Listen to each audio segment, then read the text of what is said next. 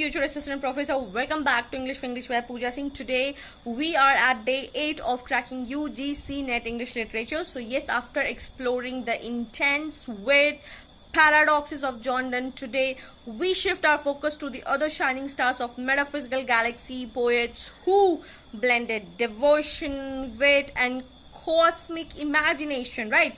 So get ready to explore the spiritual vision of Henry Wagner, the devotional complexity of George Herbert, and the political seduction of the metaphysical charm of Andrew Marvell. And when you'll get to know about how to his Coimestre was written, you will be like, oh my god, how can a lover, how can a poet can write this good. So yes, without any delay, let's get started, and today we'll be dealing with all three poets.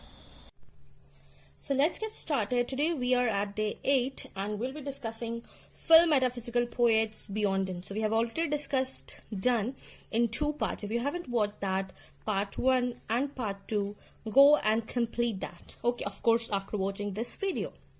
Okay, so today we'll be talking about Henry Wagner. So his birth date is 1621 and 1695. He was deeply influenced by George Herbert. तो ये किससे deeply influenced थे? George Herbert से. And it is also known as a slurist. Why slurist? A reference to his Welsh roots. His poetry blends mysticism, nature and Christian spirituality. तो इनके poems में आपको क्या मिलेगा? Mysticism, romance, mysteries, nature के बारे में और Christian spirituality के बारे में. One thing more I would like to tell you about Henry Wagner कि he was a metaphysical poet that we know. He was the first person to use slant rhyme, और ये भी question आया हुआ है PYQ में, slant rhyme और half rhyme. ठीक है, तो ये आप जान लीजिए कि who was the first person to use the slant rhyme or half rhyme? It was Henry Wagner. ठीक है, and Henry was more attached to the nature that we already knew. And so this is a most important thing, this one, he was a first person. Okay, and he was also known as a jack of all trade, poetry, religious, aware and everything. So let's discuss all his most famous poems. The very first work is The World. Its opening lines are, I saw eternity the other night, like a great ring of pure and endless light. So if you have seen any TV drama, तो उसमें आप देख सकते हो कि एक yellow colour चलो greeny light से आपको बता देते हैं कि अगर कोई भगवान या फिर कोई डीटी रहते हैं तो उसके पीछे से ऐसे होता है ना वाइट पूरा येलो लाइन का पूरा ऐसे आकाश जैसा चमक जाता है. ठीक है, कि उससे पता चलता है कि अरे it is endless light, ring of light और halo, you can say ring of light और हैलो. ठीक है, so what it embodies the sign of eternity and the salvation compared. So कैसे compare किया जाए, तो इसमें what it shows the image of earthly shadow.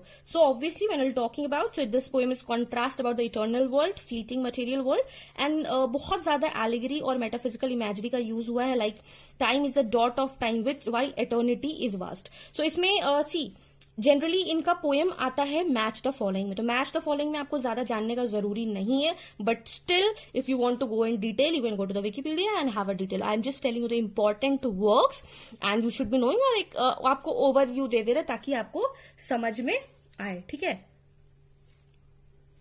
Now will be talking about his second favourite poem. They are all gone into the world of light. So ये इसका opening line है, they're all gone into the world of light and I alone sit in lingering here, a meditation on death and spiritual afterlife celebrates the departed souls who have found divine light. So this is the opening line, और ये line he has written when Henry Wagner's close friend died. ठीक है, जब उनका close friend died हो गए थे तो he used to ask कि where did he gone and where is his friends are gone after death, recalling all the moments that they had together. And poet is an all alone state, right?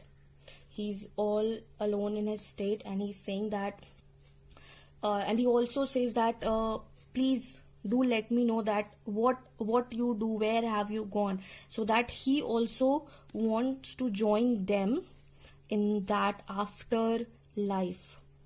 ठीक है, और when we lose someone in एक person का जो absence होता है ना, you cannot find, you cannot replace that person, and the place cannot be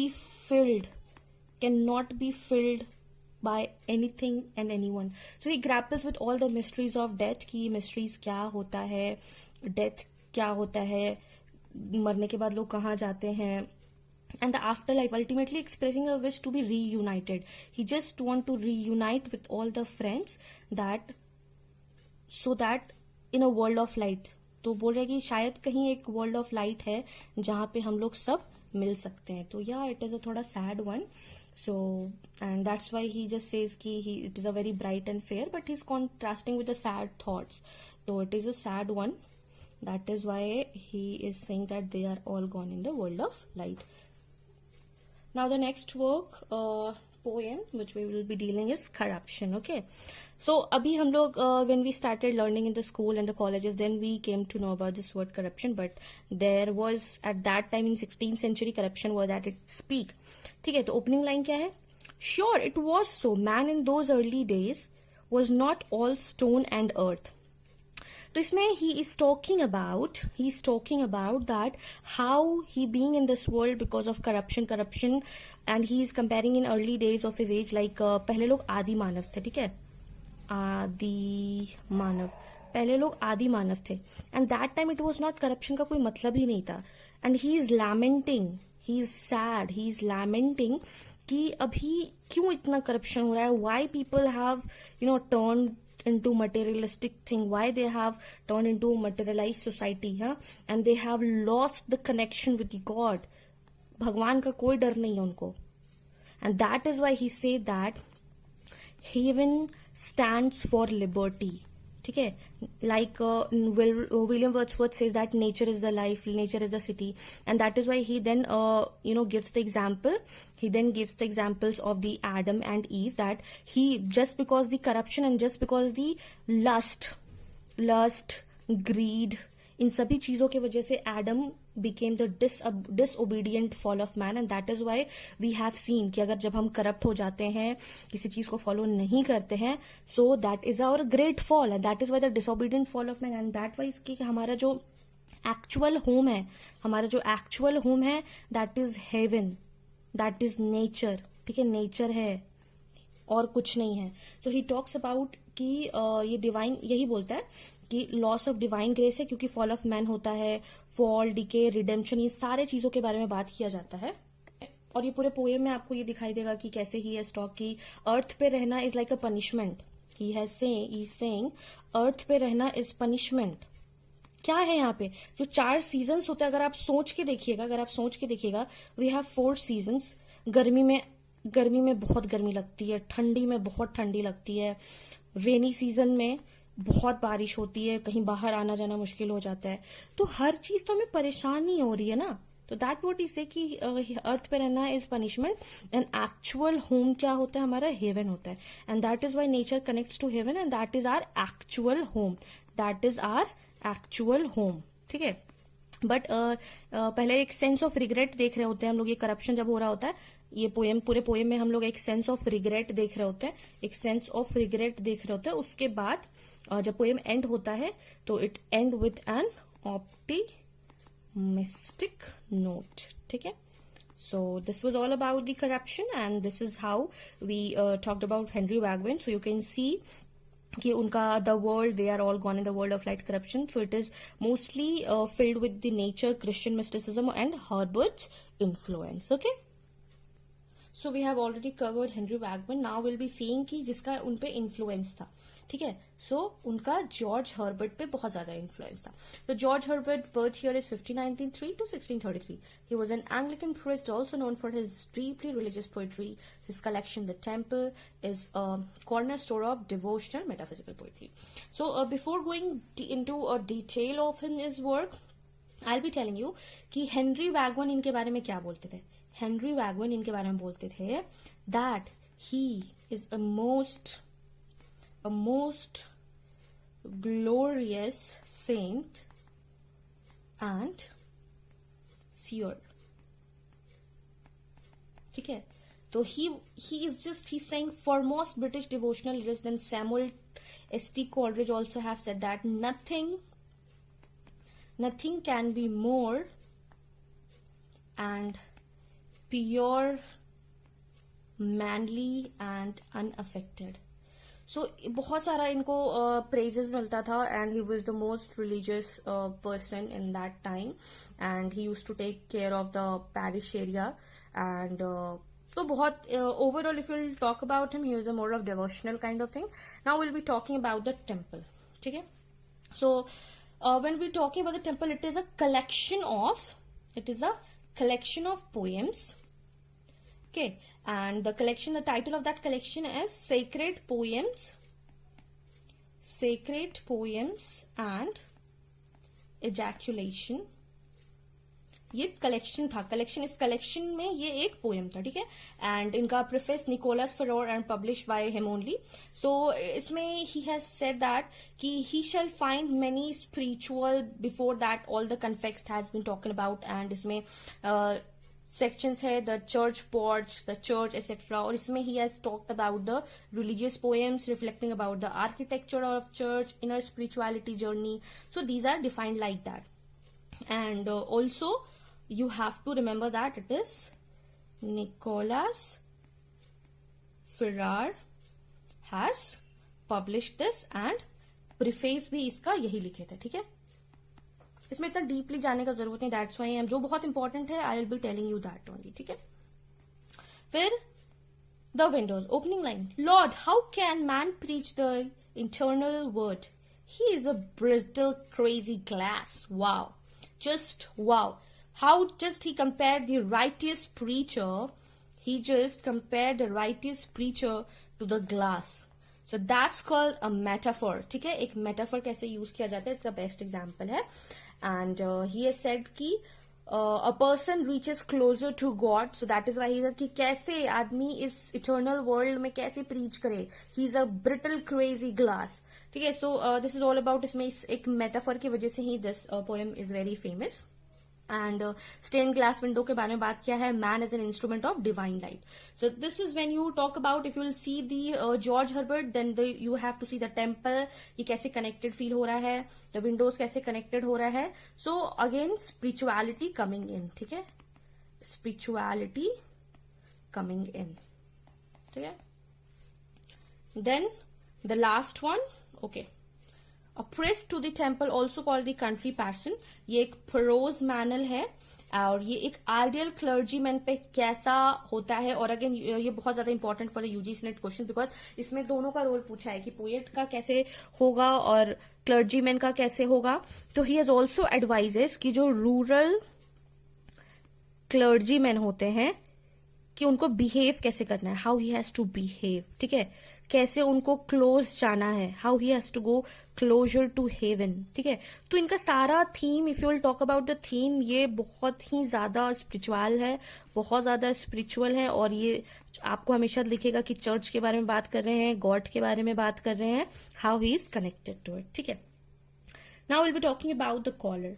The very first opening line is, I struck the board and cried no more, I will abroad. So when you will read this the whole poem of it, तो इसमें जो collar बोल रहा है ना, तो the collar is represent the God authority. जो God है वो अथॉरिटी है किस पर, द पोएट पे, ठीक है. एंड क्लर्जीमैन जो होते हैं, क्लर्जीमैन वो एक रिस्पॉन्सिबिलिटी बाउंड है कि हाँ हमको ये करना ही है, हमको ये परफॉर्म करना ही है, क्यों ऐसे करना है. तो ये when we will talk about, ये बहुत रिबेलियस टोन में लिखा गया है, बहुत रिबेलियस टोन है इसका.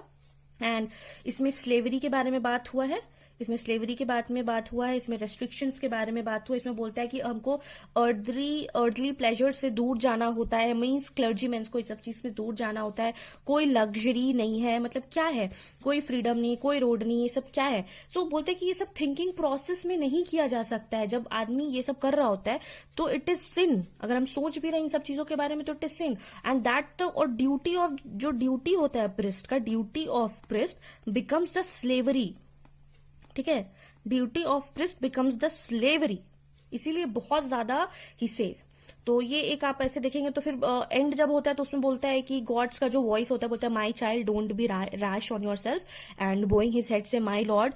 तब मतलब ये एक इमेज आपको क्रिएट करके दिखा रहा होता है कि गॉड का वॉइस आता है, बोलता है कि my child don't be so rash to on yourself और हार्श ऑन योर सेल्फ। तब पोएट अपना सर बो करके बोलते हैं sorry my lord, I am sorry. So this is all about the collar. Now will be talking about discipline.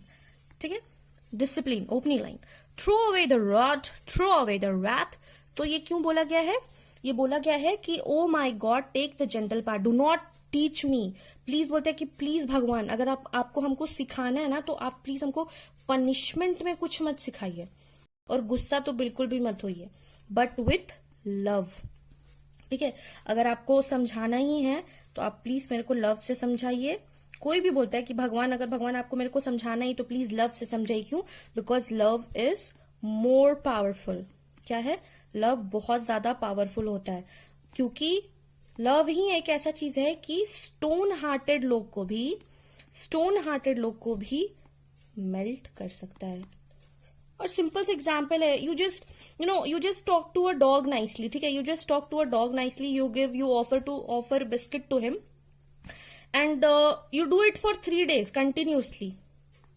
From 5th day he will start waving his tail. So जब एक animal समझ सकता है प्यार को, तो खैर हम लोग तो इंसान हैं, कुछ लोग होते हैं जो नहीं समझना चाहते हैं, प्यार को नहीं समझना चाहते, they overlook. But over the period of time, जब कुछ टाइम बीत जाता है या फिर वो पर्सन नहीं रहता है लाइफ में, वो पर्सन एग्जिस्ट नहीं करता है, then they realise the value of them. तो इसीलिए ही सेइंग कि मैम प्लीज वैसा नहीं करना चाहिए। और फिर बोलते हैं कि बाइबल से लव से भगवान भी चेंज हो सकते हैं। तो ही सेइंग कि गॉड को अगर समझाना है तो गॉड को लव से समझाना चाहिए, अपने डिसिपल को। इसीलिए ही टॉक अबाउट, तो यही एक डिसिप्लिन में यही पूरा है कि plead to God for mercy over punishment. So please you should take care of your disciple over punishment and not for the over love, not from the punishment, and reflect her with gentle tone and humility. ठीक है? So the next poem, the last poem which we'll be discussing of George Herbert is The Agony. So opening lines are, philosophers have measured mountains, fathomed the depths of sea, of states and kings. इसका मतलब ये होता है, he has talked about all the states, all the seas, all the kings, all the natural things. He's saying that he's quantifying things like he has measured the mountains. Philosophers क्या measure कर लिए? Mountains measure कर लिया है, sea में कितना depth है वो measure कर लिया है, किसका कितना state है, किसका कितना king है, in order to seek the knowledge of world. लेकिन philosophers क्या भूल चुके हैं? They have left the inner world. वो इनर वर्ल्ड को भूल चुके हैं। Like we have forgot the love and sin, हम लोग ये भी भूल चुके हैं। तो एरिस्टोटल एक बार अभी बोले हैं, आई रिमेम्बर एरिस्टोटल बोले हैं एक बार, that once you know thy yourself you conquer thy entire world. ठीक है, तो ये बहुत समझने बहुत इंपॉर्टेंट बात है। जब एक बार आप अपने आप को जान जाते हैं ना, when you know yourself you have already conquered the entire world. तो आपको फिर किसी और को अपना सफाई देने का जरूरत नहीं, किसी 4 लोगों को समझने का जरूरत नहीं है। You just have to understand yourself, what you are. ठीक है, so that what he says, that explore the inner world like sin and love. Sin को जानना है तो माउंटेन ऑफ ऑलिव पे चले जाओ, क्लैरिफिकेशन हुआ है वहां पे जीसस क्राइस्ट का, तब आपको पता चलेगा व्हाई सिन इज डेंजरस। और अगर आपको लव जानना है, then taste the blood of Christ, because that will be the sweetest thing. And for a poet and a Christian, Christ को blood is as sweet as the blood. So that's why he is saying कि bread यहाँ पे flash of Christ के बारे में जानता है। तो इसीलिए यहाँ पे जो एंडिंग लाइन है, I have not written the ending line, you can go to Wikipedia and check the ending line. उसमें I can just tell you, love is that liquid sweet and most divine which is my God feels as blood but I as a wine. तो he has discussed all about the conceits, the religious paradoxes, divines with the metaphysical tone. तो इसी में यही पूछा है, इस पूरे poem में यही क्वेश्चन पूछा गया है कि ह्यूमन सफरिंग और क्रिस्ट का एगोनी ओवरलुक क्यों किया है रैशनल थिंकर्स. वो बता दिया है कि माउंटेन्स क्या है, डीप डेप्थ क्या है सी में, किंग्स का क्या है, but why you have not talked about the mount of olives. Love के बारे में क्यों नहीं बात किया है. फिलोसोफर्स बोलते हैं कि मेजर कर लिया, ये कर लिया, लेकिन अभी भी बहुत सारा चीज है जो कि नहीं जान सकते हम लोग. ठीक है. So this is George Herbert का poem the temple, the windows, a bridge to the temple, then the collard and the discipline and the agony. Now we'll be talking about Marvel Andrew. Andrew Marvel, born in 1621 and died in 1678. He is a poet, politician, satirist, and his work blends in political commentary, metaphysical wit, and spiritual overtones. ठीक है. Now, when I was, giving introduction for this video, I was talking about how mysticism and how love and how you'll be talking about Andrew Marvel अपनी lover को कैसे approach करता है. So one more thing, during Commonwealth period, Andrew Marvel was the colleague and a friend of John Milton. John Milton के बारे में whenever एक भी बात होता है ना तो I cannot control myself कि उनके बारे में नहीं पता है. तो T.S. Eliot भी इनके बारे में बहुत प्रेज किए हैं कि published his works in particular to renew the public work, and he praised poetic techniques. Yes, he praised a lot of poetic techniques. He understood the great will that he has presented before the world. So let's discuss the bestest of his koi mistress. And सबसे पहले तो ये कोई का जो word है इसका मतलब होता है शाय, और ये भी आपके PYQ में आया हुआ है, आप देख सकते हैं. तो एक टाइम पे UGC net was that easy,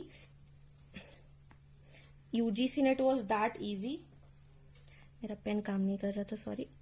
it was that easy. ठीक है. तो वो डायरेक्ट क्वेश्चन आया था, what is the meaning of coy. Now the opening lines, had we but world enough and time, this coyness lady were no crime.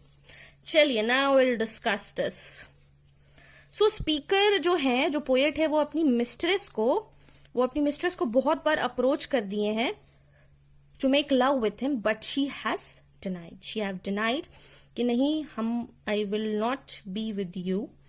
So the poet is asking the woman to make love, but she's saying, I have no interest, so kindly do not approach me. So he's saying that ये जो दो line लिखा, इसका मतलब है कि अगर मेरे पास टाइम का कोई कमी नहीं रहता ना, मेरे पास टाइम बहुत ज्यादा रहता, तो he have praised that 100 years, उस 100 years को I would have praised for your eyes. सोचिए कि मेरे पास अगर कोई टाइम का पाबंदी नहीं रहता तो I have praised your eyes for 100 years. ठीक है. सुंदर सा आंख बना देते हैं, पता नहीं सुंदर क्यों नहीं लग रहा है, तो भयानक लग रहा है, बट ठीक है, कोई बात नहीं. ठीक है.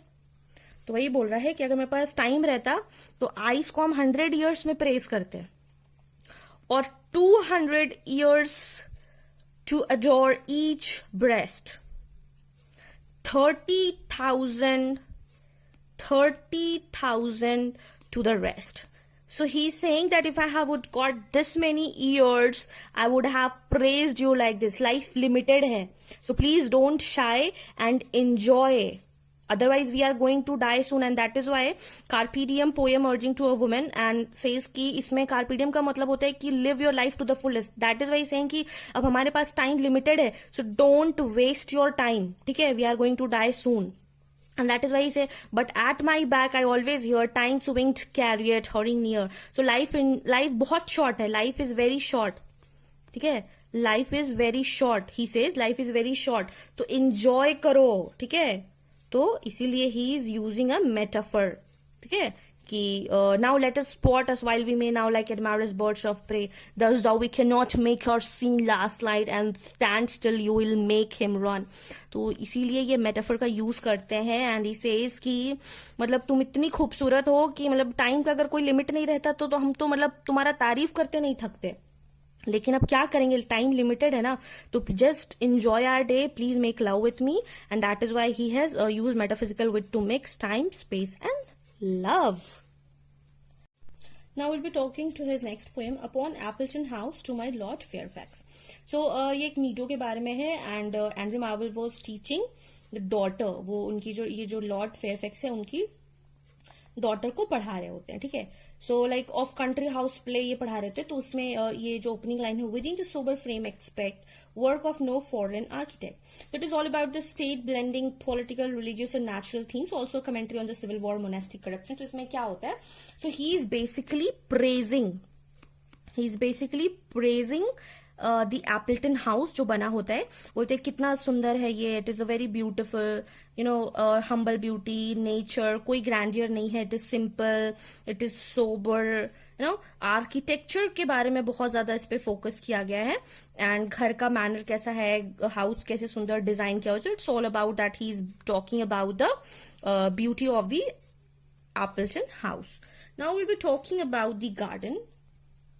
Opening lines are, how vainly men themselves amaze to win the palm, the oak or base. So इसमें क्या बोला गया है, इसमें जो अगर आप सिंबल्स के बारे में बात करो, when you talk about the symbols इस पोएम के बारे में, it's talk about life, symbol of life and nature, ठीक है. इसमें बात किया गया है गार्डन के बारे में, एंड इसमें बात किया गया है सोसाइटी के बारे में, ठीक है. कैसे इन दोनों के बीच में कंपैरिजन किया जाता है. तो गार्डन के बारे में बोला जाता है कि it is a very spirituality, ये बहुत ज्यादा प्योर है, और सोसाइटी के बारे में बोला जाता है इट इज वेरी फॉल्स, जो कि सही है, that all pleasures are false. They and Andrew Marvell criticise the society कि क्या ही घटिया सा सोसाइटी है, यू नो, पूरा वर्ल्डली नेचर कुछ नहीं है, खाली बस मटेरियलाइज्ड है. सो ये when you read this poem the garden, it is very, you know, it is very unique in metaphysical poem. It's very unique in metaphysical poem. इसका diction बहुत अच्छा है, इसका मीटर बहुत अच्छा है, और मीटर इसका कहाँ से लिया गया है, from the classicals. And when I say classical, what does this means, when I say classical इसका मतलब क्या होता है. So if you are watching this video only, then only I would be knowing कि ये वीडियो आपने पूरा complete देखा है. व्हाट डज दिस मीन्स कि this meter has been taken from the classical. Who are the classicals? Do let me know in the comment section if you have watched till here, ठीक है. So it is all about that, and ये heroic couplets में लिखा हुआ है, heroic couplets में लिखा हुआ है, और बोला गया है कि नेचर बहुत क्लोजर टू गॉड है, और बहुत सेक्रेड प्लांट्स लगे हैं उसमें, शैडो के बारे में प्रेज कर रहे होते हैं, बहुत ग्रीनरी का यूज किया गया है. So and he also compared this to Eden of paradise, ठीक है. नॉर्मल गार्डन को ईडन ऑफ पैराडाइज जो है वो कंपेयर किया हुआ है, ठीक है. Now will be talking about on Milton's Paradise Lost. So again, Andrew Marvell, I told you that he was a close friend. He was a colleague of John Milton. So he was a friend of John Milton. So yeah, he write on this. And he was Marvell was very impressed with the Milton's Paradise Lost. He was very impressed. So the opening lines is that, when I beheld the poet blind yet bold, in slender book his vast design unfold, attribute, so it was, I told you, attribute to Milton's epic vision that despite his blind, that I've already told you.